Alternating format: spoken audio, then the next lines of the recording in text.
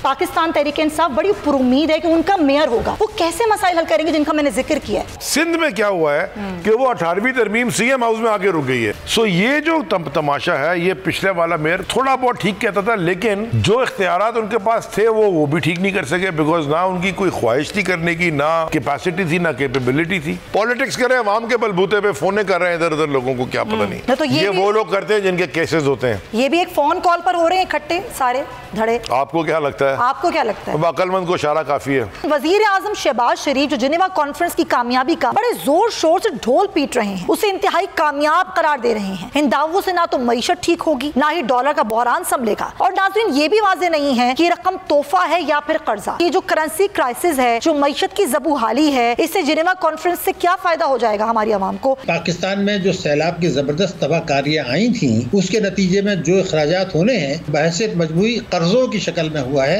बहुत मामूली अमाउंट है, जो ग्रांट है, जो आपको वापस नहीं करनी, बाकी वापस करने हैं। ये हुंडी हवाले का काम भी हो रहा है, स्मगलिंग भी हो रही है, और हुकूमत ने अपने हाथ खड़े कर दिए कि हम इसको नहीं रोक सकते। नहीं, अगर आप रोक नहीं सकते, जिन मुजरिमों को पकड़ा है उनको तो आप सजा दे सकते हैं, उनको निशान इबरत तो बना सकते हैं ना। सब्सक्राइब करें और बेल दबाएं ताकि कोई खबर रह न जाए।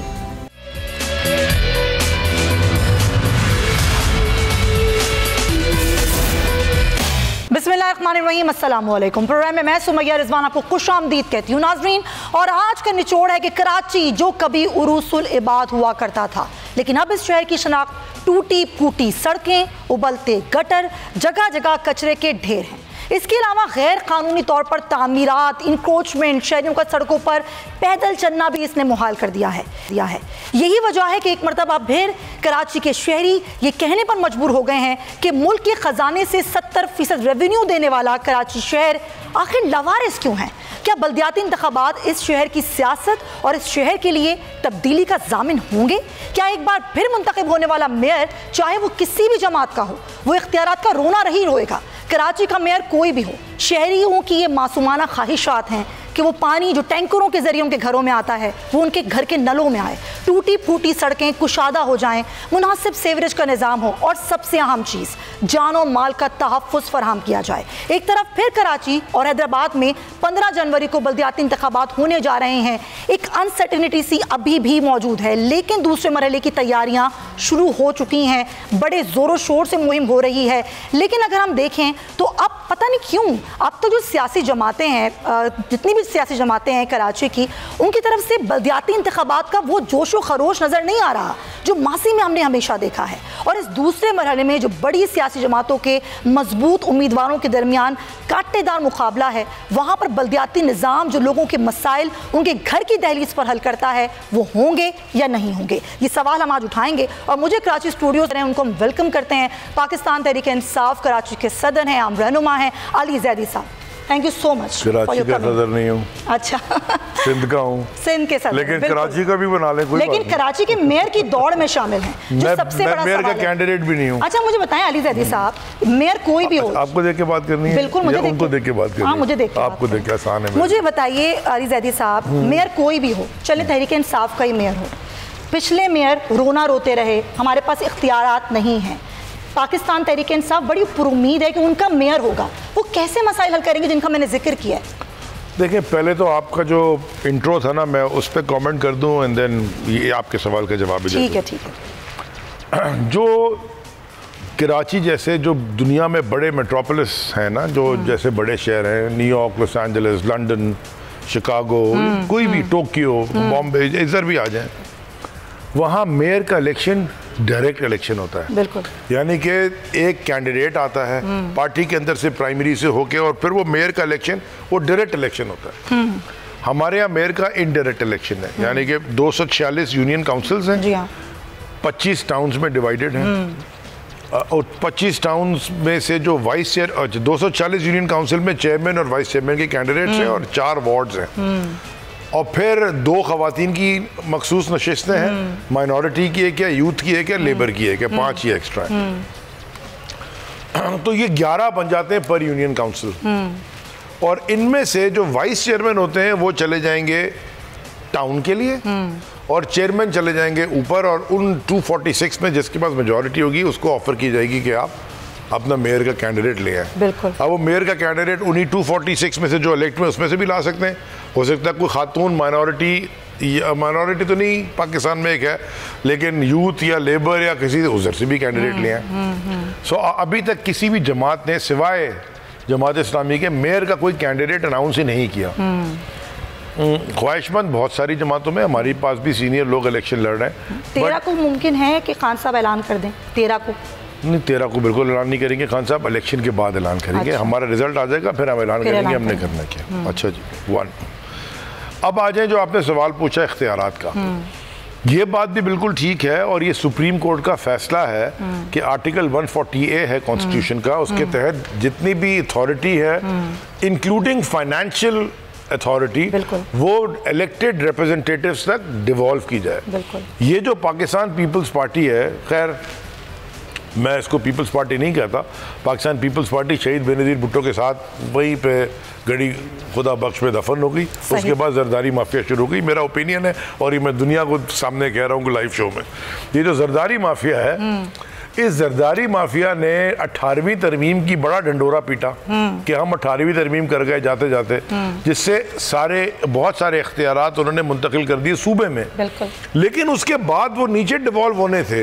वो अब सिंध में क्या हुआ है कि वो 18वीं तरमीम सीएम हाउस में आके रुक गई है। 15 साल में PFC ही नहीं कराया, NFC अवार्ड के पैसे आते हैं, प्रोविंशियल फाइनेंशियल कमीशन हुआ ही नहीं है। अच्छा, सो ये जो तमाशा है, ये पिछले वाला मेयर थोड़ा बहुत ठीक कहता था, लेकिन जो इख्तियारात उनके पास थे वो भी ठीक नहीं कर सके, बिकॉज ना उनकी कोई ख्वाहिश थी करने की, ना कैपेसिटी थी, ना कैपेबिलिटी थी, ना कोई विजन था, ना कोई जो काम हुआ। कभी भी कोई कराची में मेयर आया, जमात इस्लामी का 2 दफ़ा मेयर या 3 दफ़ा मेयर आया, 2 दफ़ा तो वो अफगानी साहब आए, वो हमेशा एक फौजी डिक्टेटर के अंदर आए। ज़ियाउल हक के पास 2 दफ़ा जमात इस्लामी, फिर जनरल मुशर्रफ के पास जमात इस्लामी के वो नेमतुल्लाह साहब, अच्छे लोग थे। इख्तियार कराची का जैसे शहर का ये होना चाहिए कि कराची का शहर रेवेन्यू अपना खुद कलेक्ट करे और उस रेवेन्यू से भले स्टेट यानी कि सूबा और फेडरल भी पैसे ले, अपना रेवेन्यू कलेक्ट करे। और बा इख्तियार मेयर का मतलब है कि उसके पास फाइनेंशियल अथॉरिटी भी हो डिसीजंस लेने की। वो होते हैं ट्रांसपेरेंसी बोर्ड, ये वो सारा कुछ होता है, लेकिन कंट्रोल होना चाहिए। यहाँ सारा कंट्रोल सीएम हाउस के पास है। मैंने ये बड़ा इसके ऊपर लड़ाई की थी, आपको याद होगा जब हम हुकूमत में थे जी। तो एक कराची ट्रांसफॉर्मेशन कमेटी बनी थी। जी बिल्कुल बनी। वो कमेटी बनी थी क्योंकि मैं 2019 में जो मुझे कचरा किंग कह रहे थे, मैंने लेट्स क्लीन कराची की एक कैंपेन प्राइवेट लोगों के साथ 9 करोड़ 80 लाख रुपए इकट्ठे करके FWO के साथ मिलके नाले साफ करवाए। नाले साफ कराने से ही हुआ, बारिश आई, पानी बह गया, शहर डूबा नहीं। 2020 में मैंने नहीं कराए, हम किसी ने भी नहीं कराया, ये तो अभी भी आज भी नहीं कराया इन्होंने, शहर डूब गया। उस पे फिर ये कराची ट्रांसफॉर्मेशन कमेटी बनी। उस कराची ट्रांसफॉर्मेशन कमेटी के अंदर ये मेरा एक ही पॉइंट था, जिसमें मुराद अली शाह भी थे, नासिर शाह साहब भी थे और सईद गनी भी बैठते थे और 1-2 मुर्तज़ा आप भी बैठते, पता नहीं क्यों। हमारी तरफ से असद उमर थे, माइसेल्फ और अमीनुल हक, कोर कमांडर साहब भी बैठ रहे थे और GOC कराची भी बैठ रहे थे और काफ़ी सारे लोग और भी इदारों के। मैंने वहाँ एक कंडीशन रखी थी और आपको एक दिन याद होगा कि वो भी खबर चली थी, मैं वॉकआउट कर गया। हाँ, बिल्कुल ऐसे ही हुआ था। वो क्यों गया था? मैं क्यों किया था? मैंने पहले दिन से उनको एक ही चीज मांगी थी। मैं कहा ये सारा ड्रामा टोपी जो आप कर, मुझे सिर्फ आप एक चीज बताएं कि ये जो सिंध सॉलिड वेस्ट मैनेजमेंट है ये कभी हो ही नहीं सकता। ये रीजनल बनाए या डिवीजन की बना देना, कराची सॉलिड वेस्ट मैनेजमेंट अलग बनाए, लाड़काना सॉलिड वेस्ट मैनेजमेंट अलग बनाए, शहीद बेनज़ीराबाद या नवाब शाह की सॉलिड वेस्ट मैनेजमेंट अलग बनाए, हैदराबाद की अलग बनाए, सक्कर की अलग बनाए, ताकि लोग कहीं जाएं तो सही। अभी जैकबाबाद का कचरा उठाने वो कराची आएगा। इसी तरह सिंध बिल्डिंग कंट्रोल अथॉरिटी ना हो, ये हर कराची की अलग हो, हैदराबाद की अलग हो, ये आपको डिवॉल्व करनी पड़ेगी पावर्स। ये जो सारा आप सीएम हाउस में लेके बैठे माल बनाने के लिए, सबसे बड़ा मसला है कराची। तो ये मुझे बताएं ना, ये तो सुएज को भी लेके जा रहे हैं उधर। जरा मुझे बताएं, KWSB Karachi water and Suez board, bio portable water का गटर के पानी से ताल्लुक क्या है? तो ये सारा तमाशा पुराने ज़माने का जो चल रहा है, ये इसीलिए चल रहा है कि इसमें माल बनाते हैं। कचरा कुंडी बिकती है तो माल बनाते हैं, पानी के टैंकर आते हैं तो माल बनाते हैं, रोड बनती है उसमें वो कारपेटिंग ऊपर नीचे, उसमें कोई चीज ऐसी नहीं है जिसमें माल नहीं बनाते। सो देयरफॉर कराची का ये हाल है। और ना सिर्फ ये जो माफियाज है ना, ये कराची में जो पार्किंग होती हैं वहां से लेके बड़े बड़े माफियाज, अलीज़ैदी साहब मैं उस पर बात करती हूँ क्योंकि मुकाबला ना इन माफियाज से भी होगा कराची के मेयर का। वो कैसे हल करेंगे कराची के बल्दियाती इलेक्शन, इन पर खुद अलीज़ैदी साहब ऑफ द रिकॉर्ड मुझसे ये कह रहे थे कि अभी भी मुझे लगता है कि 15 को इलेक्शन नहीं होंगे। और अली साहब ये सिर्फ आपको नहीं, मैंने ये नहीं कहा, कराची का हर शहरी शायद यही समझ। नहीं मैंने ये नहीं कहा। हाँ। मैंने ये नहीं कंफ्यूज हो जाए, चले ये मैंने नहीं कहा कि मुझे ऑफ द इलेक्शन होते नजर नहीं आ रहे। मैं कह रहा हूं कि आज दोबारा कंफ्यूजन क्रिएट कर दी गई है क्योंकि वो फिर हाई कोर्ट में एक फैसला आ गया, अपना वो पिटीशन आ गई है। हाँ। और उन्होंने फैसला महफूज किया, वो कल बताएंगे। अभी मेरा कहने का मकसद ये है कि आप 3 दफा ये बेचारे बल्दियाती कैंडिडेट्स के पैसे खर्च करवा चुके हो, 3 नहीं 4 दफा, भी 5वीं दफा होने जा रहे हैं। हमारे पास ये हमारे कैंडिडेट्स बड़े मेहनतकश लोग हैं। ये तो नहीं कि पूरा सिंध का चोरी का पैसा लगा के बड़े बड़े बिलबोर्ड लगा रहे हैं। सो देयरफॉर ये लोकल बॉडीज का मतलब लोकल लेवल पे गली मोहल्ले का इलेक्शन है, तो ये आप कब तक इनको ऐसे पुश करोगे? तो इलेक्शन करवाएं, ख़त्म करें इशू को। जो आपके इशूज थे, ये जो मुस्तकिल क्या है वो मजबूर कौमी मूवमेंट, ये आज सारे जो इकट्ठे हो गए, हमने तो उनको बड़ा चांस दिया था कि नफीस कौमी मूवमेंट बन जाए, NQM बन जाए। अच्छा, ये जो धड़े इकट्ठे हो रहे हैं अलीज़ैदी साहब, वापस महाजर कौमी MQM, ये मुस्तकिल कौमी मुसीबत बन गई। ये कौन करवा रहा है, ये कौन चाहता है कि सब इकट्ठे हो जाएं, इससे क्या फायदा होगा? इसलिए मैंने उनका नाम रखा है ना मजबूर कौमी मूवमेंट। वो कहते हैं मजबूर हैं, भाई तुम क्यों मजबूर हो यार? अपने फैसले करो, फोन कॉलों पे फैसले करते हो। मुझे याद है जब हम जाते थे इनके पास रेजोल्यूशन से पहले, रजीम चेंज से पहले, मैं तो कई दफ़ा गया क्योंकि मैं उस कमेटी में था।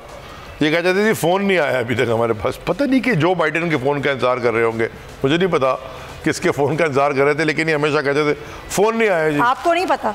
फ़ोन करा दें। मैं तो किसी के फ़ोन का इंतज़ार नहीं कर रहा। पॉलिटिक्स कर रहे हैं आवाम के बलबूते पे, फ़ोन कर रहे हैं इधर उधर लोगों को, क्या पता नहीं। तो ये वो लोग करते हैं जिनके केसेस होते हैं। ये भी एक फोन कॉल पर हो रहे हैं इकट्ठे सारे धड़े। आपको क्या लगता है? आपको क्या लगता है? अक्लमंद को इशारा काफी है। आप कह रहे हैं आपको कुछ नहीं पता किनकी? नहीं, मुझे पता है, लेकिन मैं ये भी कह रहा हूँ अक्लमंद को इशारा काफी है। हर चीज बोलने की नहीं होती, कुछ समझने की भी चीजें होती। तो आप मुझे ये बताइए ना, कराची के मसाइल अली साहब आपके सामने, तहरीक इंसाफ पे तो ये इल्जाम लगता है आप समेत जितने MNAs थे कराची के मसाइल हल नहीं किए। आपने भी वो मुहिम का जिक्र किया जिसमें हमने 2 हफ्ते में कराची को कचरे से पाक करने का 32 डेज तक मैंने वो किया। 34th डे इन्होंने ब्लू जैकेट शुरू कर दी। मैंने कहा अच्छा शुक्र है, उठ के सो के इन्होंने सफाई करना शुरू कर दी। लेकिन वो 34 डेज में जितने हमने वो नाले साफ किए थे, और ये भी एक मैं आपको क्लैरिटी से बता दूं, ये महमूदाबाद नाला और रंगी नाला और ये वो गुज्जर नाला किसने साफ किए? वफाक के पैसों से साफ हुए हैं। ये कराची ट्रांसफॉर्मेशन कमेटी के अंदर ये पैसे लगे हैं। उनके साइडों में रोड किसने बनाई है? तजावुजात किसने खाली कराए हैं? कचरा किसने उठाया शहर से? ये अब आपको एक और, मैं आपको एक कराची वालों को एक खुशखबरी तो नहीं है, एक गमज़दा खबर दे दूं। वो KCR हमने पूरी रिवाइव कराई। हाँ। उसकी फंडिंग करी, इंटरनेशनल कंपनी आई। हाँ। चाइनीज कॉन्ट्रैक्टर है, सारा कुछ हुआ, स्क्रैप कर दिया प्रोजेक्ट हुकूमत ने। तो वो कराची सर्कुलर रेलवे को फिर उन्होंने रख दिया साइड में उठा के। ये K4 कब से चल रहा है यार? वो क्यों नहीं कंप्लीट हो रहा? क्योंकि करप्शन है उसके अंदर, माल बना रहे हैं। कोई चीज ऐसी नहीं है। ज़कात के फंड में तो उन्होंने पैसे खा लिए, ज़कात के फंड के अंदर से भी पैसे खा लिए। तो आप ये बताएं ना कि फिर वो कराची का मेयर कैसे मैं आपको एक बड़ी साफ बात करूं। हाँ। मैं बड़ी साफ बात कर रहा हूं और मैं थोड़ी सख्त बात करने जा रहा हूं। मेरा दिल नहीं चाह रहा था करने का, लेकिन मैं करना चाहता हूं। As a citizen of Pakistan, as a citizen of Sindh and citizen of Karachi, यानी कि पाकिस्तानी सिंधी और कराची, सिंध के दारुल खिलाफा, पाकिस्तान का सबसे बड़ा, दुनिया का दूसरा तीसरा बड़ा शहर जो पाकिस्तान को पालता है, यहाँ से कमा के देता है, और सिंध को तो पूरा ही पालता है। मैं एक बात करना चाह रहा हूँ, पाकिस्तान कराची के बगैर नहीं चल सकता, ऐसे ही सिंध की कराची के बगैर और नहीं चल सकता।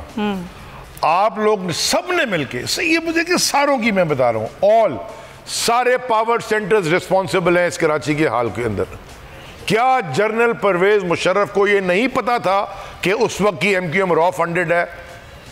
पता था कि नहीं पता था? तो जनरल राहिल शरीफ को कैसे पता चल गया बाद में?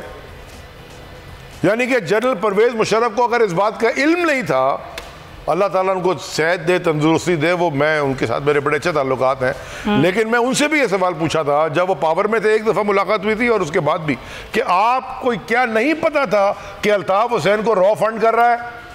क्या आपको ये नहीं पता था as chief of the army staff के कराची के अंदर जो 100-150 पुलिस वाला मारा गया, आप उस वक्त प्रेसिडेंट भी थे, चीफ एग्जीक्यूटिव भी थे और मार्शल लॉ भी था मुल्क में, मिलिट्री के आप चीफ ऑफ आर्मी स्टाफ भी थे? क्या आपको ये नहीं पता था कि कराची के अंदर रॉ फंड कर रहा है?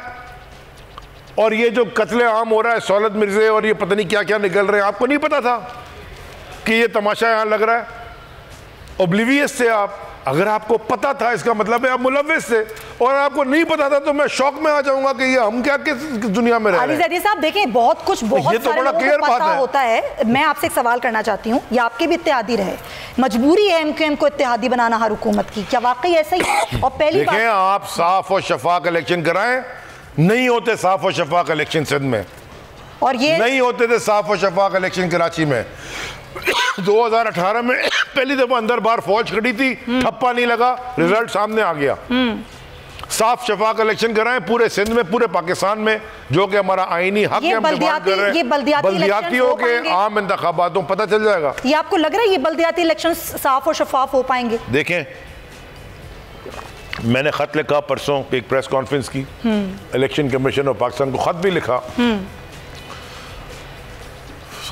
माशरे में इस वक्त बड़ा फ्रस्ट्रेशन है, शदीद फ्रस्ट्रेशन का शिकार है, आटे का बोरान है, लोग एक दूसरे के ऊपर चढ़ रहे हैं, गिर रहे हैं, बेचारे मारे जा रहे हैं, पानी नहीं है, आटा है तो गैस नहीं है, गैस है तो आटा नहीं है, रोटी नहीं दे सकते, ये रोटी कपड़ा मकान का वादा करके गए थे, उन्होंने भूखा मार दिया लोगों को।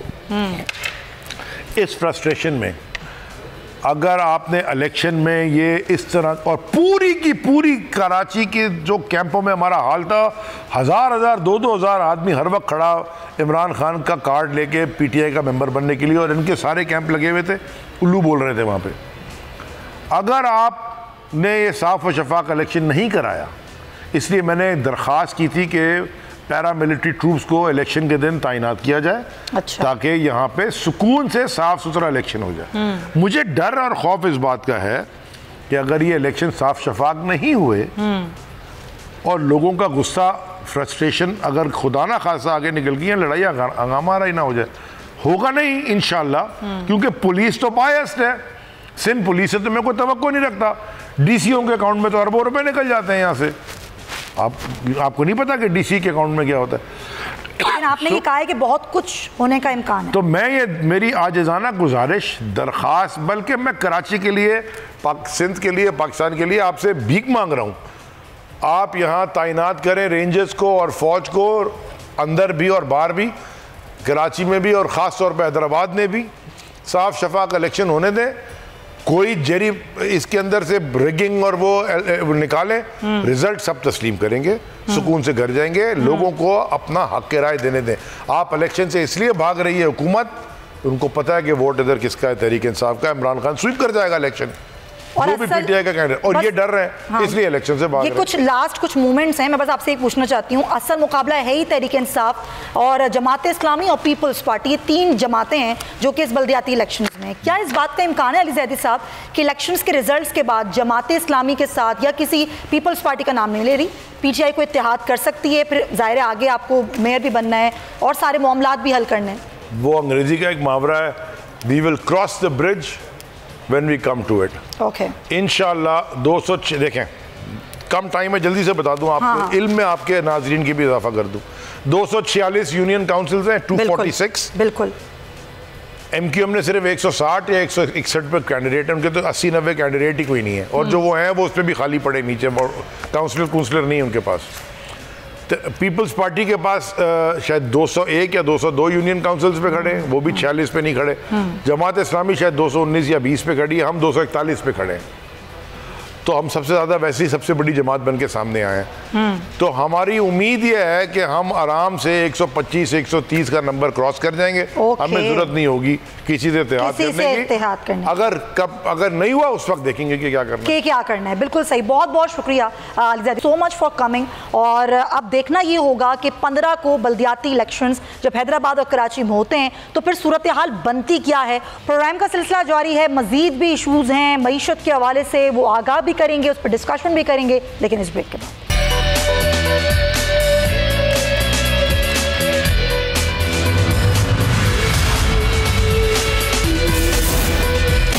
जी जनाब, वेलकम बैक। और एक और जाविया में आज हम जो बात करेंगे वो बात मईशत की तो होगी, लेकिन वज़ीर आज़म शहबाज शरीफ जो जिनेवा कॉन्फ्रेंस की कामयाबी का बड़े ज़ोर शोर से ढोल पीट रहे हैं, उसे इंतहाई कामयाब करार दे रहे हैं, मगर हकीकत यह है कि ये सब खोखले दावों से बढ़कर कुछ नहीं। जी हाँ, इन दावों से ना तो मईशत ठीक होगी, ना ही डॉलर का बहरान संभलेगा। वज़ीर आज़म शहबाज शरीफ कहते हैं कि जिनेवा कॉन्फ्रेंस में 10 अरब डॉलर की इमदाद के दावे किए गए, जिसमें से 8.7 अरब डॉलर अगले 3 साल में कहीं जाकर मिलेंगे। और नाज़रीन, ये भी वाज़ेह नहीं है कि रकम तोहफा है या फिर कर्जा। कहीं आवाम सैलाब से बचने के लिए कर्ज की नई दलदल में तो गर्क नहीं हो जाएंगे। बहुत सी इमदाद तो अशिया की सूरत में आएगी, यानी कि सामान मिलेगा, डॉलर्स नहीं मिलेंगे, जो 4.5 अरब डॉलर के महदूद ज़खायर को सहारा दे सकें। और अगर इम्पोर्ट बिल को देखें तो मौजूदा डॉलर ज़खायर सिर्फ 4 हफ्तों की मार हैं। इमदाद के सारे दावे भी सिर्फ उसी सूरत पूरे होंगे जब IMF राज़ी होगा, और उसे मनाने के लिए बिजली, तेल, टैक्स, डॉलर सब कुछ महंगा करना होगा। महंगाई तले दबी आवाम को एक और पुलिस रात से गुजरना होगा।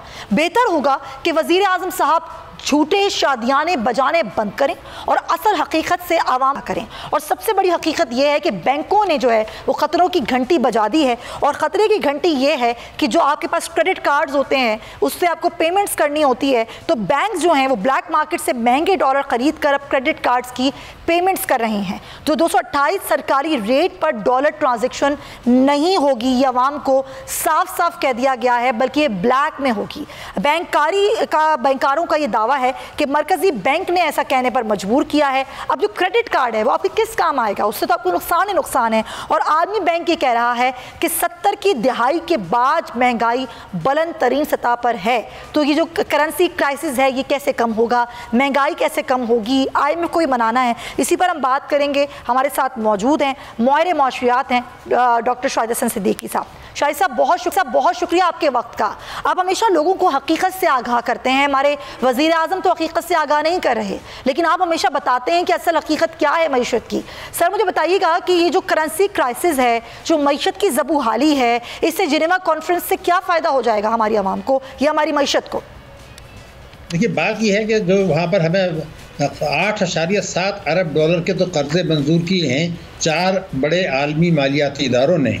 ये कर्जे हैं नरम शरत पर जो हमें वापस करने हैं मवाए सूद। इसमें किसी को कोई गलत फहमी नहीं होनी चाहिए। लेकिन पाकिस्तान में जो सैलाब की ज़बरदस्त तबाहकारियाँ आई थीं, उसके नतीजे में जो अखराजात होने हैं उसका 50% से ज़्यादा ये कमिटमेंट बहैसियत मजबूरी कर्ज़ों की शक्ल में हुआ है। बहुत मामूली अमाउंट है जो ग्रांट है जो आपको वापस नहीं करनी, बाकी वापस करने हैं। इसका जो सबसे बड़ा फ़ायदा मेरे ख्याल से ये हुआ कि जो हमने गुज़िश्ता 10 महीने में दानिस्ता स्टेट बैंक के रिजर्व्स गिरने दिए थे, मैं लफ्ज़ इस्तेमाल कर रहा हूँ, दानिस्ता गिरने दिए थे, इसलिए कि 10 महीने में स्टेट बैंक के रिजर्व्स में तकरीबन 12 अरब डॉलर की कमी हुई। ये इतनी तारीखी और खौफनाक कमी है।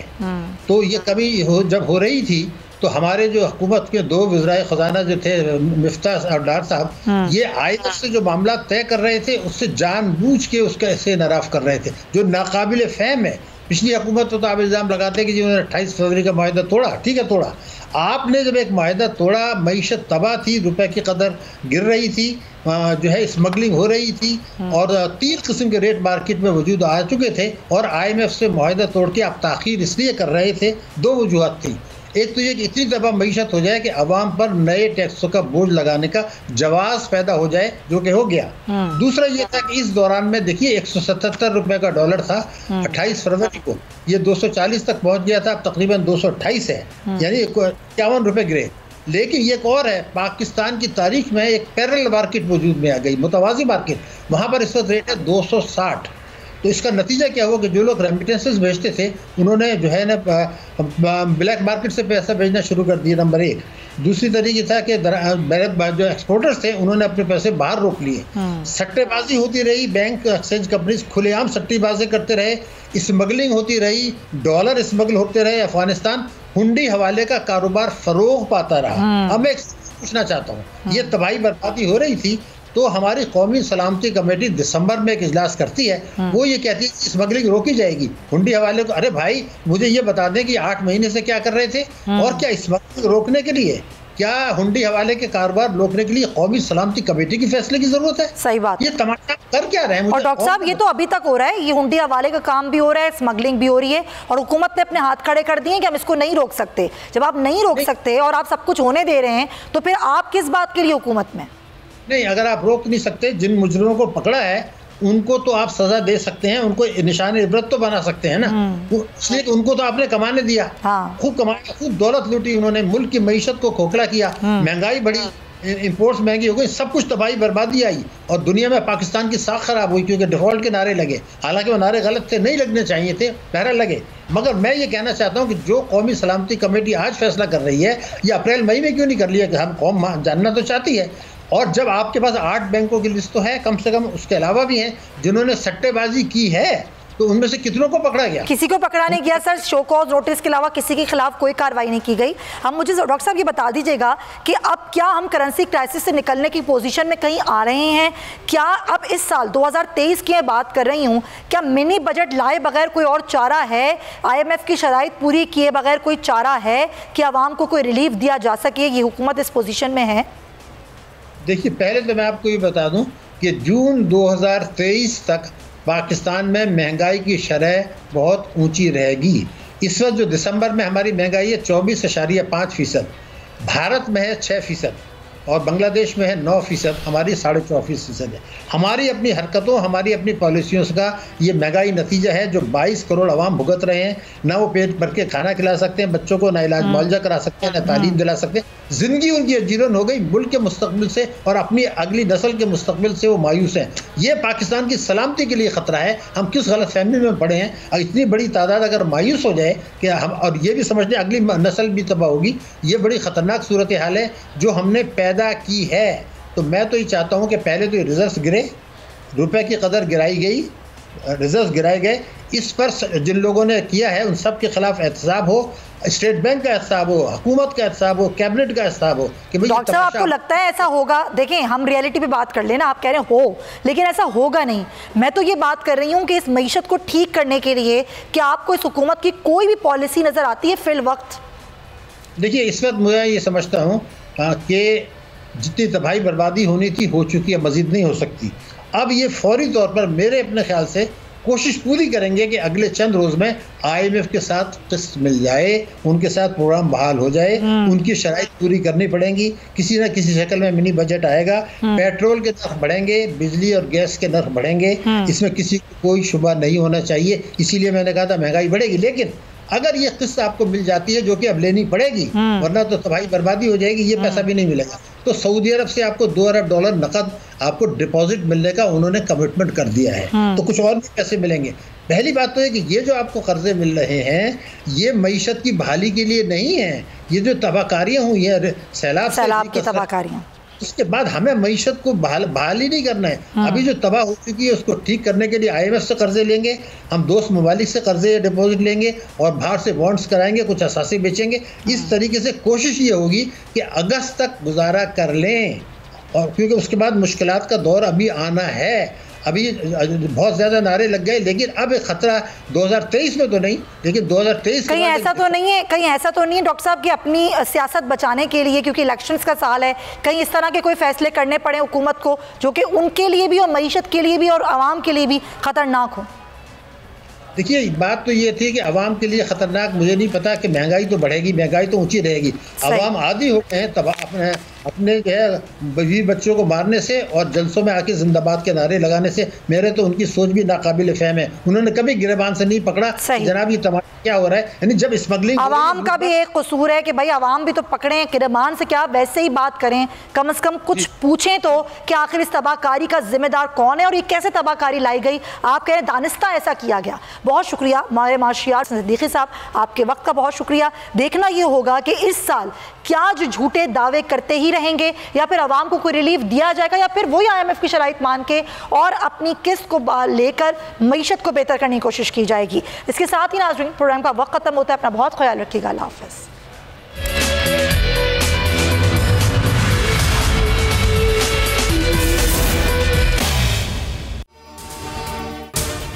अगर आपको ये वीडियो पसंद आई है तो सब्सक्राइब करें और बेल आइकन पर क्लिक करें।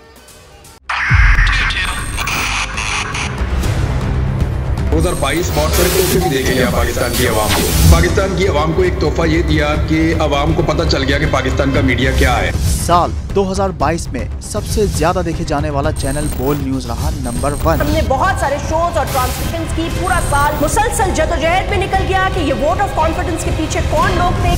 तोड़े रेटिंग के सभी रिकॉर्ड। सोशल मीडिया पर भी सबसे ज्यादा तेजी से 2.4 बिलियन व्यूज का संगे मील अबूर किया। एंकर्स को भी आवाम में सबसे ज्यादा मकबूलियत मिली और सोशल मीडिया पर भी बोल रहा सब पर भारी। सब्सक्राइब करें और बेल दबाएं ताकि कोई खबर रह न जाए।